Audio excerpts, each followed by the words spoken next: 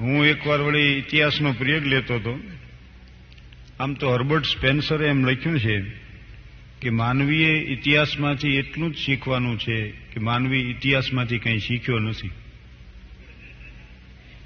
નકર આ 2 વિશ્વયુદ્ધનો અનુભવ છે, એના ત્રીજાની તૈયારી હાલે, જો શરૂ થઈ ચૂક્યું.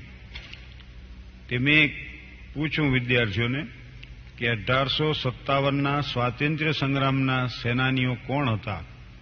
તે અમારે મનુ મકવાણા ઉભો થઈને કે સાહેબ કોક જાણ ભેદું હોવા જોઈએ. એટલે આ ગામમાં ક્યાંક ચોરી થઈ હોય અહીંયા જાણ ભેદું હોય. આ સ્વાતંત્ર્ય સંગ્રામમાં હતા છે એટલે બની જાય છે રોજબરોજના. 8મા ધોરણમાં વળી હું પિરિયડ લેતો મેં સ્પેલિંગ પૂછ્યો, ફોક્સ. મેં કીધું ફોક્સનો સ્પેલિંગ બોલે, એક વિદ્યાર્થીને કીધું. એ ઉભો થઈને કે એફો ફોક્સ, ફોક્સ એટલે શિયાળ. એફો ફોક્સ, ફોક્સ એટલે શિયાળ. મને એમ થાય ખાલું કંઈક ઘટે છે, ભલે આપણને સમજાતું નથી. પણ જો કવિ સંમેલનમાં ગયો અને કવિઓ ભેગા થયા ગયા. માપ બાટના જબ્બા, વાળ વધારેલા, અડધી આંખો ઉગાડી રાખે, બસ કે આ ફાની જગતને જોવા માટે પૂરતી છે એટલી. આકાશ સામે આમથી આમતા જોઈ રહે, હાવ જુદી જાતની ભાષા બોલે. એક કવિને મેં કીધું તમે બહુ સારું લખો છો. મને કે હું લખતો નથી, મારાથી લખાઈ જાય છે. બીજાને વળી કીધું તમારી રચના તો ઘણી ઉત્તમ હોય છે. તો પરમ કૃપાળુ પરમાત્માએ મને નિમિત્ત બનાવ્યો હોય એવું મારું નમ્રપણે માનવું છે. એમ કરીને આંખો વીંચી ગયા. હું આગળ આવી ગયો.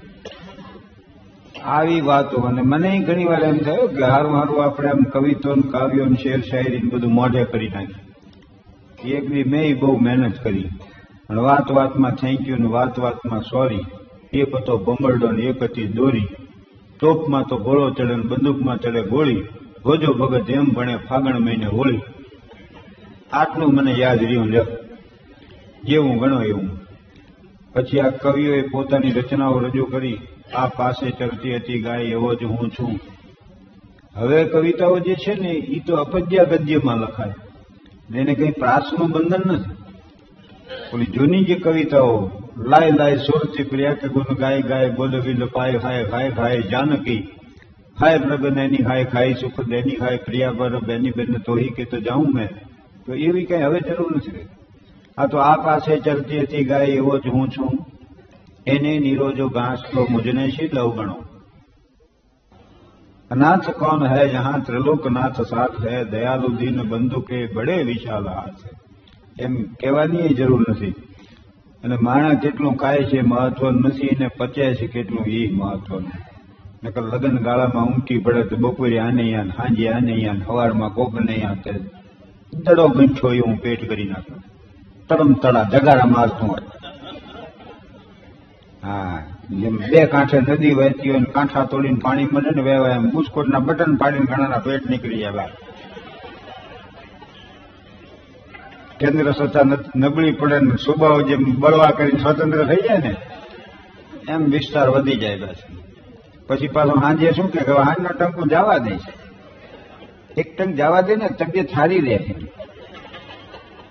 વળી પાછો પૂછે સાંજે મંડે તપાસ કરવા તે શું બનાવ્યું છે. ગરગની વળી કે પરોઠા શાક નહીં, એ તમે નહીં જીવવા દો, લાવો જરીક ખાઈ લો. જરીક કઈને બેઠો હોય 5-7 પરોઠા, 3-4 વાટક્યા શાક અને ડોબું જરાય એટલી તો છાશ ના છે પીવે. પછી ન બેહી શકે, ન ઉભો રહી શકે. બે હારો કે મને હોવડાવી દો, હોવડાવ્યો કે હવે ઉભો કરો. અને આવી પરિસ્થિતિમાં માણસ સલાહ આપવાનું ન મૂક્યો. અરે કે આમ ભલામણ હેરાન થાવ છો, 3 પાકા કેળા ખાઈ દો. એટલે શું છે, તમને કબજિયાત તો ન થાય. પાછો 3 કેળા ખાઈને બે. ત્યાં વળી કોઈક સલાહ આપે કે 1 ગ્લાસ દૂધમાં 2 ચમચી ઘી નાખજો અને ગરમા ગરમ દૂધ પી જાઓ, તમને ગેસ તો ન થાય. લાવો ત્યારે વળી પાછો દૂધ ઠપકારે. પછી તો એકેય મેળનો ન રહ્યો. અને તોય માણસ સલાહ આપે કે તમે આમ હેરાન થાવમાં એના કરતા શીર્ષાસન કરો. અરે મેં કીધું હવળા નથી ઉભા રહી શકતા. એ આમ હવળા રહેશે? પણ હેલામાં હેલું આ જગતમાં કાંઈ હોય ને તો કોઈને ઉપદેશ આપવો.